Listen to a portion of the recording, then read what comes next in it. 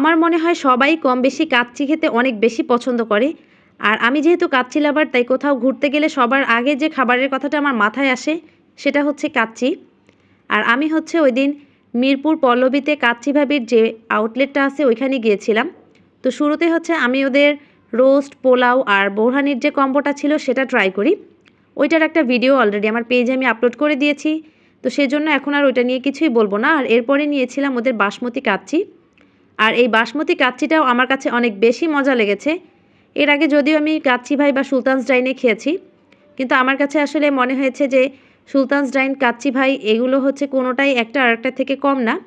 কিন্তু তারপরও অনেকে আছে পছন্দর তো একটা জায়গা থাকেই যে সেটা সুলতানস ডাইন হোক, কাচ্চি ভাই, কাচ্চি ডাইন, কাচ্চি ভাবি যাই হোক। কিন্তু আমি যেহেতু কাচ্চি লাভার আমার কাছে আসলে কোনোটাই আলাদা করে বেস্ট এরকম নেই। আমার কাছে সবগুলোই অনেক মজার। তবে সত্যি কথা বলতে আমার কাছে কেন জানি কাচ্চি ভাইয়ের কাচ্চিটা একটু বেশি পছন্দের, মানে একটু বেশি পছন্দের। আর এখানে হচ্ছে এই কাচ্চিগুলো খেতে অসম্ভব মজা লেগেছিল। আর আমি যখন ভয়েস এখন দিলাম, মানে এখনও হচ্ছে গিয়ে আমার একদম মুখে পানি চলে আসছে, মানে দেখেই খেতে ইচ্ছে করতেছে এরকম একটা বিষয়।